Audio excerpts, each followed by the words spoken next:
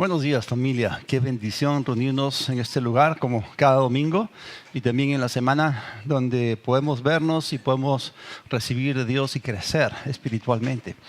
Hoy día vamos a entrar en la cuarta y última parte de nuestra serie Auténtico.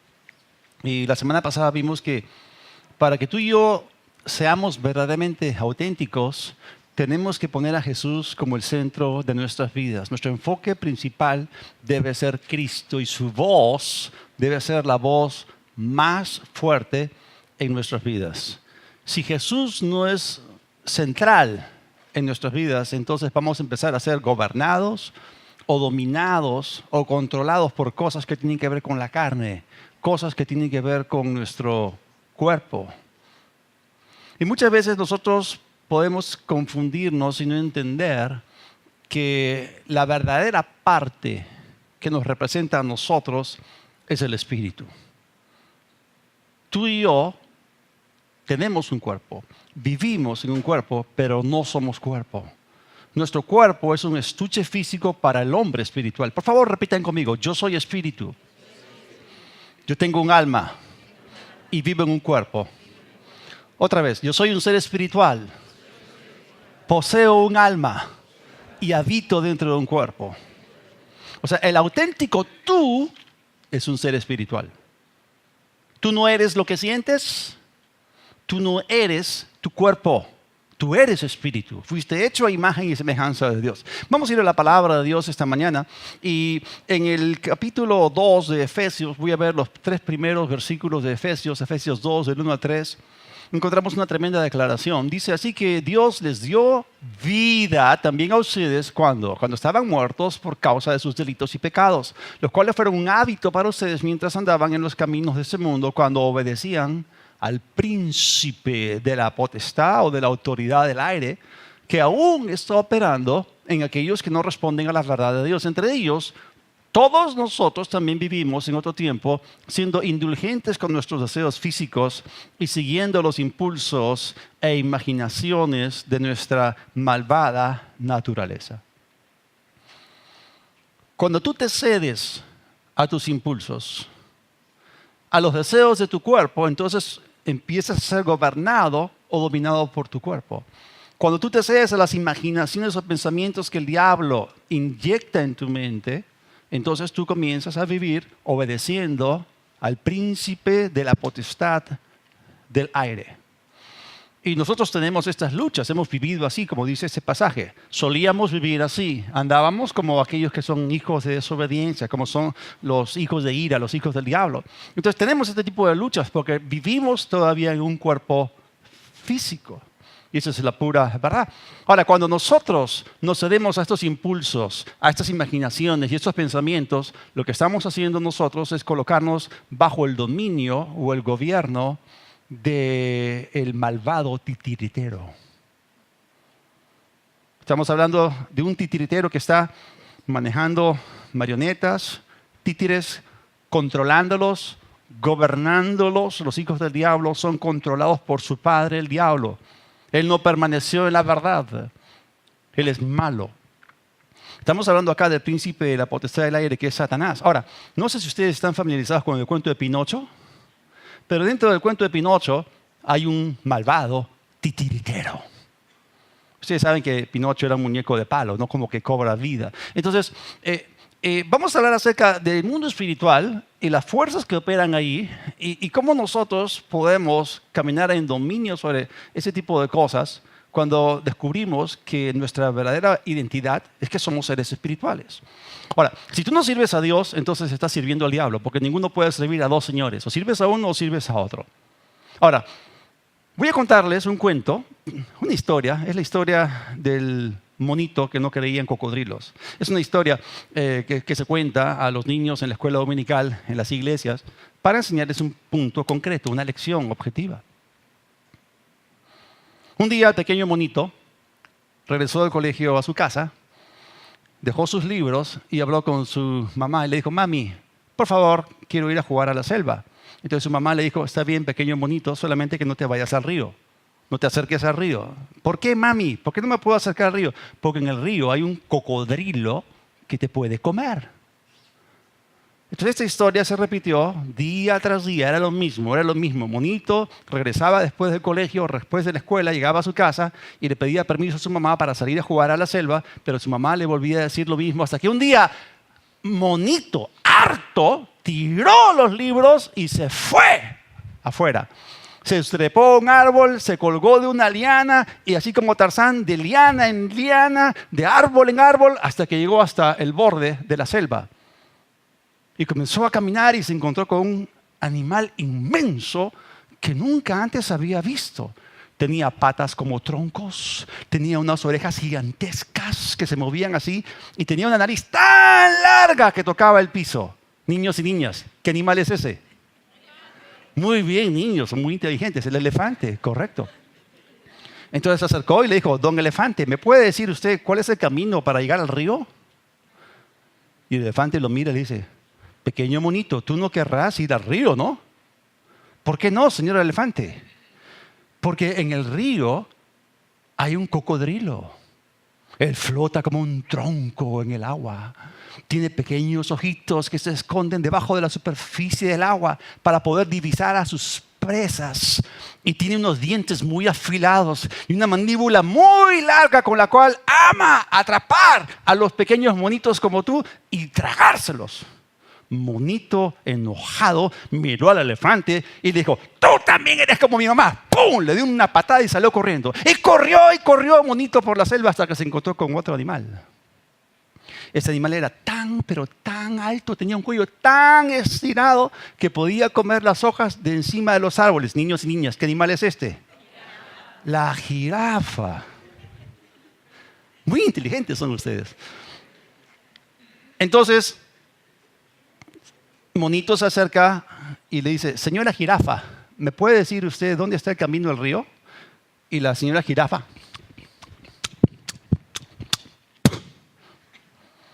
pequeño monito, tú no querrás ir al río. ¿Por qué no, señora jirafa? Porque en el río está el cocodrilo. Él flota como un gran tronco. Tiene unos pequeños ojitos que se esconden debajo de la superficie del agua para divisar a las presas como tú. Y él tiene unos dientes muy filudos y tiene una mandíbula muy grande con la cual él ama atrapar a monitos como tú y retorcerlos en el aire y luego tragárselos. Monito se molestó, miró a la jirafa y le dijo, tú también eres como mi mamá. ¡Pah! Le dio una patada en la pata y salió corriendo, Monito corrió. Hasta que se encontró con un animal y este animal se estaba riendo todo el rato. Niños y niñas, ¿qué animal es este? Una hiena, correcto. Señora hiena le preguntó, ¿me puede decir cómo se llega al río? Y mientras la hiena se estaba riendo, Monito le dijo, porque mi mamá dice que en el río hay un cocodrilo. Me quiere meter miedo. Entonces la hiena dejó de reírse y le dijo, pequeño monito, todos esos son cuentos. No existe tal cosa como los cocodrilos. Lo que pasa es que tu mamá no quiere que cuando tú te acerques al río y veas el reflejo de tu rostro en el agua, te des cuenta que tú eres el pequeño monito más lindo de toda la selva. ¿Me puedes decir, señora hiena, dónde está el río? Y le señaló, mira, sigue por este sendero, ves ese árbol tan grande que está ahí al fondo, más adelante vas a encontrar una piedra y ahí está el río. Entonces Monito salió corriendo y se fue. Y antes de que llegue allá, la hiena comenzó a reírse otra vez y comenzó a decir, pobre Monito, no sabe lo que está a punto de ocurrirle. Se va a convertir en el rico almuerzo del cocodrilo.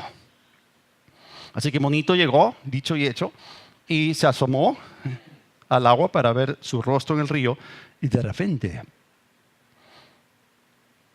de la nada, un monstruo abre sus fauces y agarra al monito, le da con sus fauces un giro de 360 grados y se lo traga.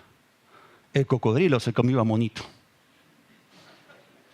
Ahora, si yo contase esta historia a niños más chiquititos, les digo que no se lo comió porque si no se ponen a llorar. Ok, pero el punto es, hay una lección detrás de esta historia. Vamos a ver a quiénes representan estos personajes. ¿Okay? ¿A quién representa el elefante? ¿Quién sabe? ¿A alguien que te dice lo mismo que tus padres? El elefante representa los maestros de escuela dominical. Nos dicen lo mismo que nuestros padres. Muy bien. ¿A quién representa la jirafa? Pues a tu pastor, que es alto como una jirafa. ¿A quién representa la hiena? Al diablo, correcto, muy bien. Ahora, pero al final de todo, ¿a quién representa el cocodrilo? No al diablo, porque la hiena es el diablo. El cocodrilo representa la ley del pecado y de la muerte. Satanás en sí mismo no tiene poder para destruirte. Él no tiene poder sobre ti. Tú estás sentado en lugares celestiales, muy por encima de él. Entonces, lo que el diablo tiene que hacer es seducirte, es engañarte. Lo que el diablo tiene que hacer es utilizar el poder de tu carne en contra de ti mismo para que tú puedas corromper las leyes espirituales, para que tú puedas operar bajo la ley del pecado y de la muerte. Y es así donde tú te conviertes en víctima del malvado titiritero. Y esa es la pura verdad. Repiten conmigo, yo soy espiritual. Yo no soy mi cuerpo. El auténtico yo es un ser espiritual. Muy bien, vamos a ver de que nosotros en este pasaje que estábamos viendo en Efesios, o sea, a pesar de esto, de los impulsos, los pensamientos, las imaginaciones y a pesar del malvado titiritero y el diablo y todo eso, o sea, cuando nosotros recibimos a Cristo, recibimos una nueva identidad y Él nos levanta a una nueva posición. Eso es lo que estaba diciendo el apóstol Pablo. Pero vamos a ver una secuencia de versículos en Efesios. En Efesios 2, versículo 4, voy a conectar un versículo con otro. Efesios 2:4 dice, pero Dios, que es rico en misericordia, Efesios 2:6, juntamente con Él nos resucitó y asimismo nos hizo sentar en los lugares celestiales con Cristo Jesús, Efesios 1:21, sobre todo principado, sobre toda autoridad, sobre todo poder y señorío. O sea, no solamente en el nuevo nacimiento ocurrió algo tremendo en nosotros, recibimos un nuevo corazón, tenemos una nueva identidad, estamos en Cristo, eres una nueva criatura, una nueva creación, pero no solamente eres nuevo, no solamente tienes una nueva identidad y un nuevo corazón, también tienes una nueva posición, muy por encima del malvado titiritero, muy por encima de los príncipes de este mundo, del príncipe de la potestad del aire, de esos espíritus que operan. Ahora, vamos a ver en el Antiguo Testamento que hay tipos y sombras, hay figuras. Hay un cuadro maravilloso acerca de lo que ocurrió con nosotros cuando nacimos de nuevo y recibimos una nueva identidad y una nueva posición. Este cuadro es la historia de Abraham y su esposa Sarai. No sé si ustedes saben que ellos tuvieron un encuentro con Dios y Dios cambió sus nombres. Pero al que conocemos como Abraham, era conocido como Abram. Y Abram significa Padre exaltado. Y Sarai, en el hebreo Sarai, significa mi princesa. ¿Cuántos de ustedes tienen hijas? ¿Tú como papá no le dirías a tu hijita mi princesa? ¿No es tu hija tu princesa? ¿No? Y ahora, eso no significa que ella es la princesa de todo el mundo, ¿no? Imagínate que sus compañeras de salón escuchen, ¿no?, de que tú eres la princesa de todo este mundo. No van a estar de acuerdo, porque cada una de ellas quiere ser la princesa de este mundo, pero para ti como padre, ella es tu princesa y siempre lo será, ¿correcto? Y Abraham aquí es llamado Padre exaltado. Ahora, cuando Dios habla a Abraham y Sarai en Génesis capítulo 17, hubo un cambio significativo, fue un cambio de identidad, un cambio de posición. Y Dios le dio a Abraham un nuevo nombre, que es Abraham. Y Abraham significa padre de muchas naciones. Esto significa que Abraham dejaría de ser el padre solamente de un clan, de una tribu o de una nación, sino que ahora, a partir de ese momento que hubo ese cambio, Abraham sería llamado el padre de todos aquellos que son de la fe. La Biblia dice que los que son de la fe son hijos de Abraham. Los de la fe son bendecidos como el creyente Abraham. Si estamos en Cristo, si somos de Cristo, entonces somos linaje, descendencia, simiente, prole de Abraham y herederos según la misma promesa. Tú y yo hemos venido a Dios por causa de la paternidad de Abraham. Repiten conmigo, yo soy hijo de Abraham. Entonces Él es el padre de muchas naciones, de todos los que creen en Dios, que tienen esa fe, la fe de Abraham. Hemos creído en Él, Él es nuestro Padre espiritual, si se puede decir así. Gracias a Dios por esto. ¿Okay? Pero Dios no solamente cambió el nombre de Abraham, también cambió el nombre de Abraham a Abraham, también cambió el nombre de Sarai y le puso el nombre de Sara. Y Sarai significaba mi princesa, ¿no? Que podría ser la princesa de su papá, ¿no? Pero en ese caso, solo princesa en general. O sea, Sara es la princesa de toda la familia de la fe. Gloria a Dios. Entonces, todo lo que Dios habló y dijo, lo que Dios estaba haciendo era un cambio en el espíritu. Y Dios estaba dándoles a ellos una nueva identidad, un nuevo nombre, pero también los estaba exaltando a una nueva posición. Y Dios le prometió a Abraham, diciéndole, yo te engrandeceré.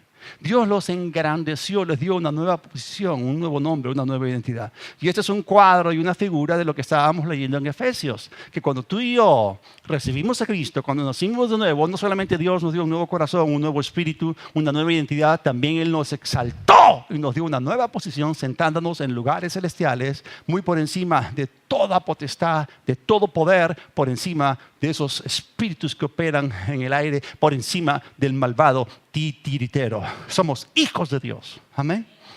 Ahora vamos a entender un poco cómo fue que se estableció la presencia del príncipe de la potestad del aire y sus secuaces. Vamos al libro de Juan. En el Evangelio de Juan voy a leer capítulo 10, los 2 primeros versículos y luego el versículo 8. Jesús más o menos dedica unos 10 versículos en ese pasaje para hablar acerca del ladrón, el salteador, el bandido. Él está hablando acerca del redil de las ovejas. Les digo la verdad, el que trepa por la pared o por el muro de un redil a escondidas en lugar de entrar por la puerta, con toda seguridad es un ladrón y un bandido. Pero el que entra por la puerta es el pastor de las ovejas. Todos los que vinieron antes que yo eran ladrones y bandidos, pero las verdaderas ovejas no los escucharon. Ahora, ese pasaje, y algunas personas que lo interpretan mal, algunas personas piensan que Jesús está hablando de cómo entrar en el cielo por la puerta falsa. Y esa es una interpretación completamente absurda. O sea, una vez que tú te mueres, no tienes decisión sobre nada. Me refiero, no tienes decisión de dónde vas a pasar toda la eternidad. O sea, esas cosas se deciden ahora mientras estás en la tierra. Esa decisión la tomas ahora. Y si tú has tomado la decisión de nacer de nuevo por recibir a Jesucristo, entonces cuando tú partes o mueres, los ángeles vienen y te llevan al cielo. ¡Qué maravilloso! Pero si no, desciendes al infierno de fuego. Acá está hablando acerca de otra cosa. ¿Qué cosa es el redil? Acá no está hablando de algo celestial, está hablando de algo terrenal, está hablando de algo que toma lugar en la tierra. El redil de las ovejas representa algo concreto. Jesús obviamente está hablando en sentido figurativo, pero está mostrando una verdad espiritual. La Biblia dice que somos su pueblo, ovejas de su prado. El redil de las ovejas es el lugar donde las ovejas están. Nosotros somos ovejas. Dios nos ve como ovejas, ¿ok? Jesús es como el buen pastor y el diablo es como un lobo, ¿ok? Entonces está pintando esto de una manera muy sencilla, tomando una ilustración de la vida diaria para los pastores en Israel y sus ovejas, sus rebaños y las acechanzas latentes y del enemigo, del lobo. Entonces lo que Jesús está diciendo es lo siguiente: yo vine a este planeta de un lugar ajeno. Yo vine a este planeta desde el cielo. Y yo vine y entré a este lugar por la puerta. Yo entré por la puerta porque yo nací aquí. Yo soy el pastor de las ovejas. Yo entré en este planeta a través de la puerta o entrada legal del nacimiento. Yo nací del vientre de una mujer. Ahora, y cuando Jesús dice, y todos los que vinieron antes de mí son bandidos, son ladrones, son salteadores, ¿a quién se está refiriendo? ¿A los profetas? ¿Se está refiriendo a Moisés? ¿Jeremías? ¿Isaías? No. Lo que Jesús está diciendo es, también hay otros seres que entraron en este mundo, pero no entraron por la puerta. Y esos seres que están en los aires, en la atmósfera y que están operando sobre las ovejas que están en la tierra, no entraron por la puerta del nacimiento, no nacieron aquí como yo, sino que entraron por otro lugar. ¿Quiénes son esos? ¿Cuál es su identidad? Los ángeles caídos y los demonios o espíritus inmundos. ¿Alguna vez han visto un redil para ovejas? ¿Cuánto mide la pared? ¿Cuánto mide el muro de un redil de ovejas? ¿Ah? ¿3 metros? No, son bajitos. Lo suficiente como para que las ovejas no se salten, ¿ok? Pero también lo suficiente como para que cualquier persona, cualquier ladrón o bandido se pueda atrapar, agarrar las ovejas y llevárselas. Eso significa que las ovejas están al alcance de los ladrones y de los bandidos. Y Jesús está hablando con el corazón de pastor y está mirando a las ovejas como víctimas del enemigo. O sea, el príncipe de este mundo, el príncipe de la potestad del aire, el malvado titiritero, ha estado jugando con las ovejas, ha estado dañándolas. El lobo ha estado hurtando, matando y destruyendo a las ovejas. Entonces, si nosotros identificamos quiénes son esos bandidos, estos ladrones, estos salteadores, entonces ya sabemos contra quién nos estamos enfrentando. Ahora, si tú dentro de este esquema confundes tu verdadera identidad con tu cuerpo, estás en problemas. O sea, el mundo no está caminando en el orden de Dios. Caminan en desorden. El mundo pone el cuerpo primero. Pero la Biblia nos enseña a poner el espíritu primero. Espíritu, alma y cuerpo.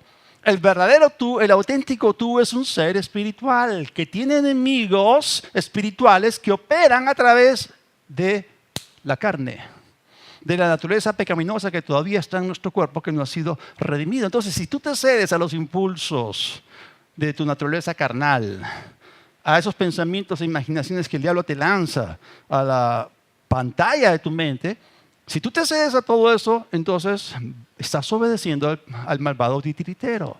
Estás siguiendo las órdenes o impulsos de los demonios.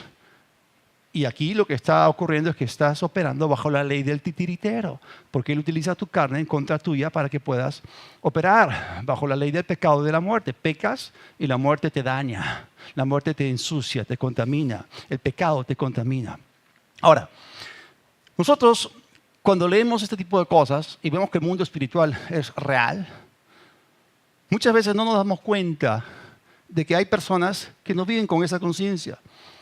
En el capítulo 16 de Mateo, ustedes pueden ver que Jesús comenzó a hablar acerca de las cosas que iban a ocurrirle. Él comienza a hablar acerca de 6 cosas que le iban a hacer y luego él iba a resucitar al tercer día. Y mientras él estaba hablando acerca de estas cosas, Pedrito, el impulsivo Pedrito, voltea y le dice: Señor, de ninguna manera te acontezca esto. Y Jesús voltea y lo reprende y dice: apártate de mí, Satanás, porque no pones la mira o la mente en las cosas de Dios, ni en las cosas de los hombres.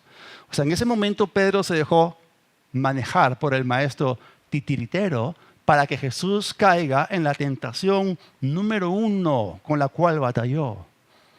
No ir a la cruz, no morir por nosotros. Si Jesús tuvo una tentación contra la cual batalló, fue esa. No cumplir con aquello para lo cual el Padre lo había enviado. Ser el sacrificio, ¿correcto? Ahora, cuando tú y yo recibimos a Cristo, nosotros también entramos en una batalla. En el libro de Gálatas, el capítulo 5, en el versículo 17, estamos hablando acerca del auténtico tú. Repitan conmigo: el auténtico yo es espíritu. O sea, tú tienes un cuerpo, no eres un cuerpo. ¿Cuántos de ustedes tienen guante? Okay. Tú te pones un guante, okay, pero el guante no es tu mano. Okay. El guante envuelve tu mano, pero no es tu mano. Okay. Gálatas 5:17, nuestra naturaleza carnal desea lo que está en contra del espíritu y el espíritu desea lo que está en contra de la naturaleza carnal. Los dos se oponen, por eso resulta que ustedes no están haciendo lo que realmente quieren. Esta es la batalla frente a la cual tú y yo nos encontramos. Lo que Pablo está diciendo es que existe una batalla verdadera entre el verdadero tú y el falso tú. entre tu espíritu y tu cuerpo. Una batalla de deseos, una batalla en la cual tenemos en primer lugar el deseo de nuestro espíritu renacido, recreado, regenerado, unido con Dios, desea hacer la voluntad de Dios. Tu espíritu, nacido de nuevo, no desea pecar. Son los impulsos de tu carne, son los deseos de la carne llamados concupiscencia, los que te jalan, arrastran o llevan hacia el pecado. Pero aquí vemos un conflicto de voluntades, un conflicto de deseos. El conflicto es entre el auténtico y verdadero tú y el falso tú, que es tu cuerpo. Y nuevamente decimos que nuestro espíritu ha experimentado un cambio de identidad, de naturaleza, de posición, pero tu cuerpo no ha cambiado y está todavía bajo los efectos de la caída. Nuestro cuerpo es un cuerpo que tiene todavía la naturaleza pecaminosa de la carne. Y hasta que Jesús venga, vamos a tener que lidiar con eso. La Biblia dice que estamos rodeados de debilidad por causa del cuerpo en el cual vivimos. Pero también la Biblia dice que seremos revestidos con poder cuando recibamos un cuerpo glorificado maravilloso. Pero todavía no ha llegado ese momento. Entonces hay una batalla que tú y yo tenemos que enfrentar. Y la palabra de Dios nos enseña cómo poder enfrentar esta batalla. Ahora, hablando un poquito más acerca de estos deseos, o sea, tu espíritu desea leer la Biblia. El verdadero tú desea orar, desea meditar la palabra, desea ser generoso, desea caminar en amor, desea ser un ejemplo y para que los demás lo imiten. Eso es lo que desea el verdadero yo, el auténtico yo. Pero sin embargo, vemos, como dice el apóstol Pablo en Romanos 6, veo una ley, en Romanos 7, en mis miembros que se levanta contra la ley de mi mente, que me lleva cautivo a la ley del pecado que está en mis miembros, miserable de mí, decía, ¿no? Bueno, ya cuando descubrió que la ley del Espíritu de vida en Cristo lo había librado de la ley del pecado de la muerte, fue libre del dominio del malvado titiritero. Pero el falso tú es contrario a Dios, quiere hacer cosas que están prohibidas, tiene malos deseos. ¿Cómo peleamos esta batalla? Vamos a Romanos el capítulo 12, en el versículo 1. Repitan conmigo, el problema está en el hombre exterior. Romanos 12:1, apelo a ustedes, hermanos, y les ruego, en vista de todas las misericordias de Dios, que hagan una decisiva dedicación de sus cuerpos, presentando todos sus miembros y facultades como un sacrificio vivo, santo, dedicado, consagrado y agradable a Dios, el cual es su razonable o racional o inteligente servicio y adoración espiritual. Cuando tú eres tentado, tú tienes que hacer lo que Pablo nos instruye a hacer. Hay algo que Dios hizo con tu espíritu. El espíritu es renacido o recreado. Hay algo que ocurre con la mente es renovada. Pero hay algo que ocurre con el cuerpo debe ser presentado. Y Dios dice que tú lo presentes a Él como un sacrificio. Y Pablo lo que tiene en mente son los sacrificios que se presentaban delante de Dios en el altar. No está hablando acá de los sacrificados a ídolos o a demonios, ¿ok? Está hablando acerca de un asunto santo, ¿ok? Entonces, lo que Pablo está diciendo acá es que cuando tú y yo somos tentados, ¿y cuántos se acuerdan que Jesús nos enseñó a orar, no? En la oración del Señor, lo que se llama el Padre Nuestro, Él dice, no nos dejes caer en tentación, líbranos del mal o del maligno o del tentador. Entonces, cuando tú eres tentado, ese es el momento para presentar tu cuerpo en sacrificio vivo. Dios no quiere que tú mates tu cuerpo, Dios no quiere que tú dañes tu cuerpo. La clase de sacrificio que es agradable delante de Dios es un sacrificio vivo. Y no solamente es un tipo de sacrificio vivo que se coloca en el altar, sino que también que este es un servicio de adoración espiritual razonable. Cuando hablamos de algo que es razonable, estamos hablando de algo que es posible, ¿okay? O sea, Dios no te va a pedir misión imposible. No te va a pedir un proyecto, anda y explora el espacio. O sea, lo que Dios nos pide es completamente razonable y posible. Se encuentra a nuestro alcance. ¿A qué me refiero? A no cederte a esos impulsos de la carne, a rechazar y sacar de tu mente esas imaginaciones y pensamientos que el diablo planta ahí. Es posible hacer eso y es posible presentar tu cuerpo a Dios cuando eres tentado. ¿Están siguiendo o no? Entonces el sacrificio es vivo, y es completamente razonable. Ahora, tú y yo tenemos dos grupos de deseos. La Biblia nos habla, y vamos a regresar ahí a Gálatas 5:17. Dice, nuestra naturaleza carnal desea lo que está en contra del Espíritu, y el Espíritu desea lo que está en contra de la naturaleza carnal. O sea, acá hay dos grupos de deseos. Los dos son opuestos en naturaleza, por eso resulta que ustedes no están haciendo lo que realmente quieren. O sea, están los deseos de la carne. Normalmente nos enfocamos en lo negativo cuando pensamos en deseos. Es la concupiscencia, los deseos de la carne. Pero hay otro grupo de deseos, que es el deseo del Espíritu. En tu espíritu tú deseas agradar a Dios, deseas meditar la palabra, estudiar la palabra, orar, ser un ejemplo, ser generoso, tener un buen testimonio, predicar la palabra. O sea, ese es un buen grupo de deseos. Pero noten ustedes lo que dice la última parte. Por eso, por causa de ese conflicto y esa batalla entre el verdadero y auténtico tú y el falso tú, el hombre interior versus el hombre exterior y sus deseos, por eso resulta que ustedes no están haciendo lo que realmente quieren. ¿Qué significa? Acá no está diciendo lo que Dios quiere. Está hablando de algo que está operando en ti. Es el deseo del espíritu, el deseo interior, y están los jalones de la carne, del hombre exterior. ¿De qué está hablando? Tú, el auténtico tú, tiene buenos deseos. Deseas agradar a Dios, deseas hacer la voluntad de Dios, deseas ser fiel, comprometido, consagrado, generoso, diezmador, estudioso de la Biblia, que pasas un tiempo en oración. De eso está hablando. Lo que Pablo está diciendo es que hay una batalla entre el hombre exterior y el hombre interior que se opone a que tú y yo hagamos la buena, agradable y perfecta voluntad de Dios. De eso está hablando. Si tú sabes que tú eres un ser espiritual y que estás conectado con el poder del Espíritu Santo, tú eres cabeza y no cola y reinas en vida como un rey por Jesucristo. Y tú puedes, y esto es completamente razonable, vivir por encima del dominio de la carne. ¿Cuántos auténticos tú dicen amén? Gracias. La próxima tomen desayuno. Ok. Muy bien. Debes tener cuidado de que no seas engañado por las fuerzas persuasivas de la tentación.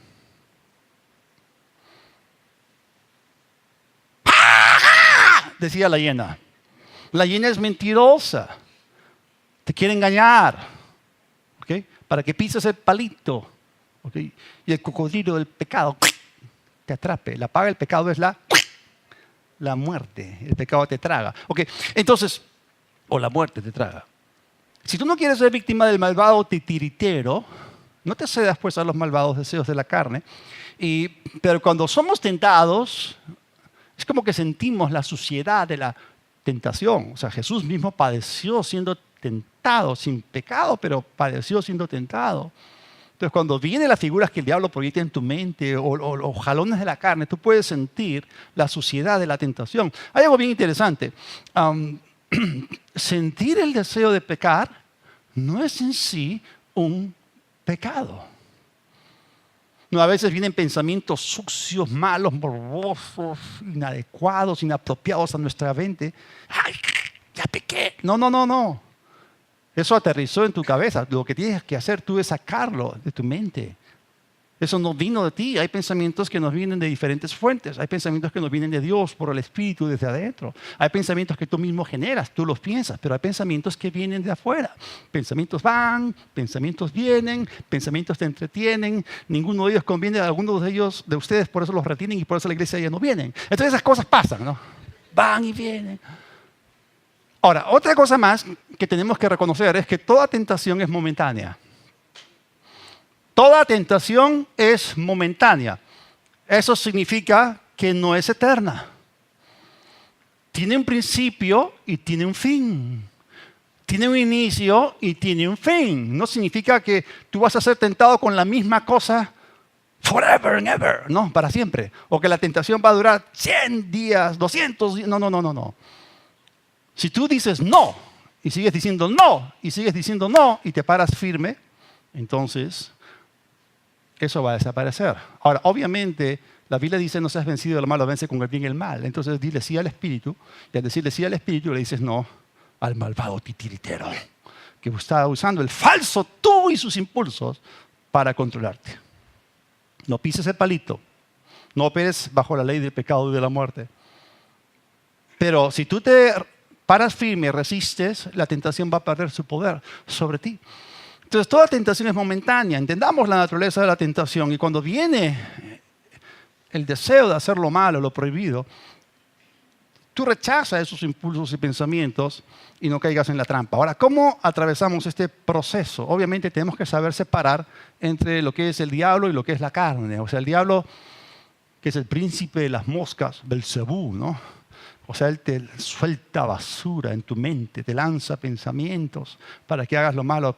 Tentar significa incitar a hacer lo malo, a hacer lo prohibido. Entonces, cuando esos pensamientos vienen a tu mente, tú los resistes verbalmente. Tú sueltas la palabra por la boca, escrito está.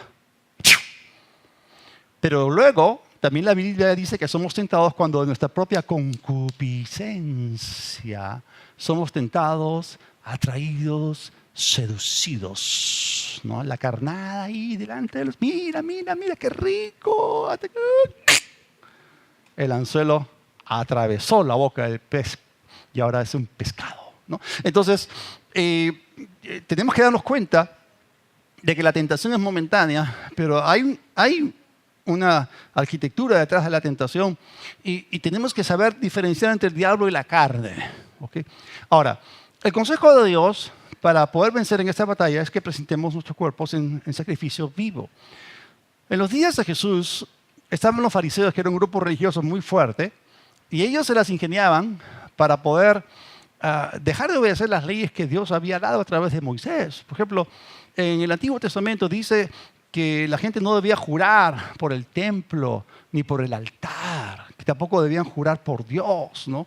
Entonces, ellos le daban la vuelta al mandamiento, entonces decían, no, yo no estoy jurando por el templo, yo juro por el oro que está en el templo. No, yo no juro por el altar, yo juro por el sacrificio que está en el altar. O sea, y Jesús mismo los confrontó, los corrigió y les dijo que estaban fallando. En Mateo 23, 19, les dijo, necios y ciegos. O sea, ¿qué es más importante? ¿La ofrenda o el altar que santifica la ofrenda?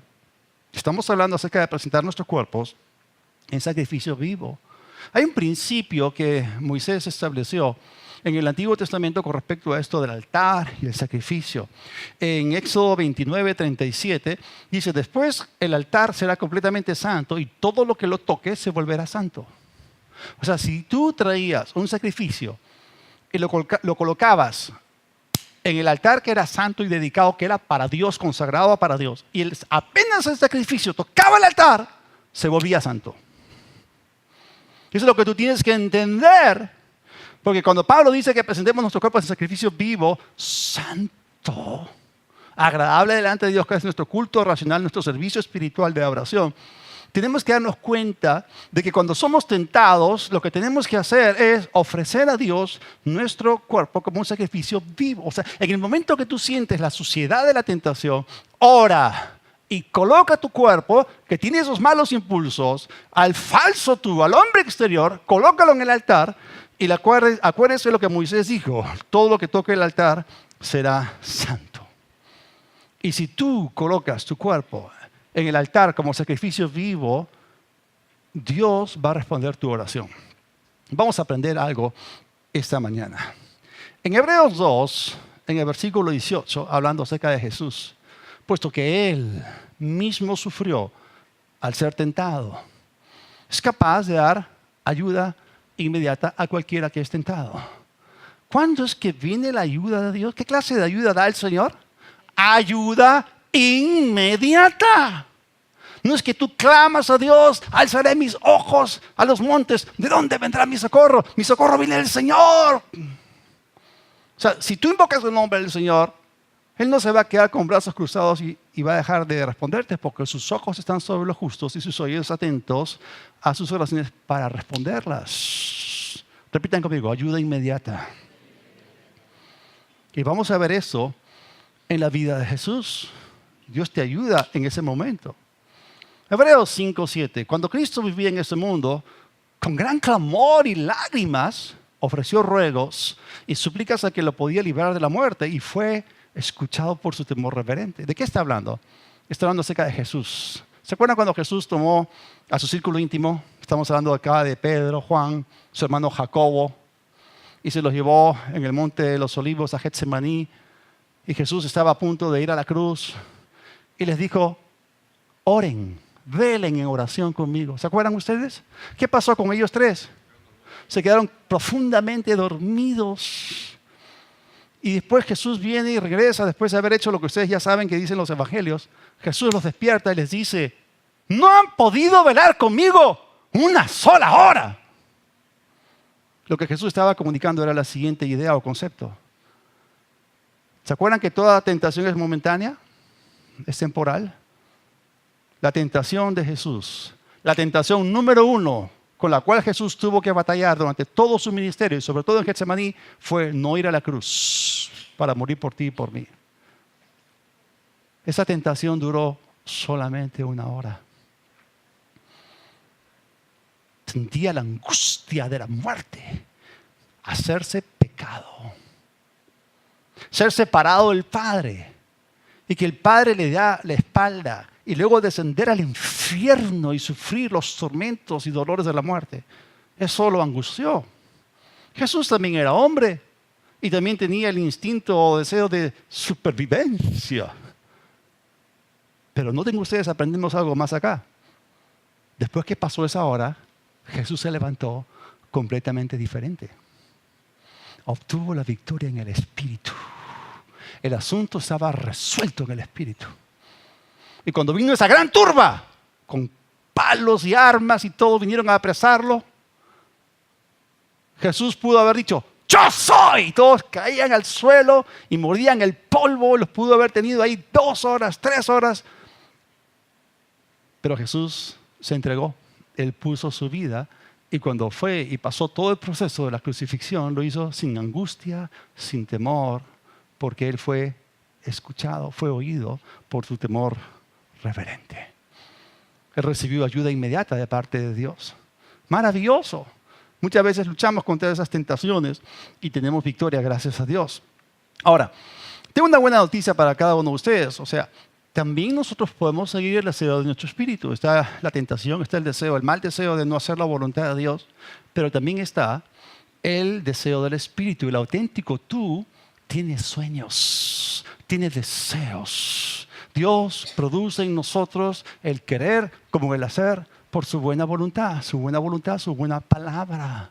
Y tú puedes someterte a los deseos de Dios, a los deseos del Espíritu, en ti, a la nueva naturaleza, el auténtico tú. Escoge poner al hombre exterior, a tu cuerpo en el altar, pero sigue el deseo del Espíritu. Ahora, ¿y qué pasa si nosotros caemos, nos resbalamos y nos ensuciamos en el pecado? Bueno, la Biblia dice que el justo cae 7 veces y se vuelve a levantar. Te levantas después de arrepentirte y sigues adelante. No te aísles. No te sientas condenado por tu pecado 6 meses encerrado, aislado. No te atormentes a ti mismo. ¿Cuándo vas a decidir dejar de castigarte a ti mismo? Si hay ayuda inmediata, pide ayuda, pide perdón, pide limpieza. Vivir en el deseo del Espíritu causará que tú funciones como lo que tú eres verdaderamente, como el auténtico tú. Y vas a vivir libre del dominio del malvado titiritero y vas a vivir bajo el maravilloso señorío de Cristo Jesús, nuestro Salvador, porque eres auténtico al caminar en el Espíritu. Toda cabeza inclinada, todo ojo cerrado. Señor, te damos gracias. Gracias por la victoria que tenemos.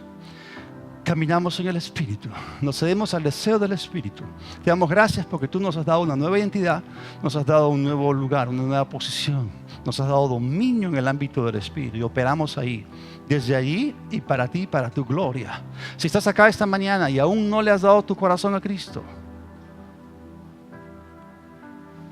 es el momento de romper el dominio del príncipe de la potestad del aire. No seas un títere de Satanás controlado a través de tu carne. Si tú recibes a Cristo esta mañana, Dios va a efectuar un tremendo cambio en tu hombre interior para que tú llegues a ser quien Dios quiere verdaderamente que tú seas, una nueva criatura en comunión con Dios y que puedas cumplir con tu destino eterno por creación, por diseño divino. Si ese eres tú, quieres recibir a Jesús, repite conmigo esta oración. Dios del cielo, reconozco que necesito de ti. Jesús, invoco tu nombre. Sé mi Señor. Perdona mis pecados. Creo que el Padre te resucitó para que yo tenga vida eterna. Por la fe en ti. Amén.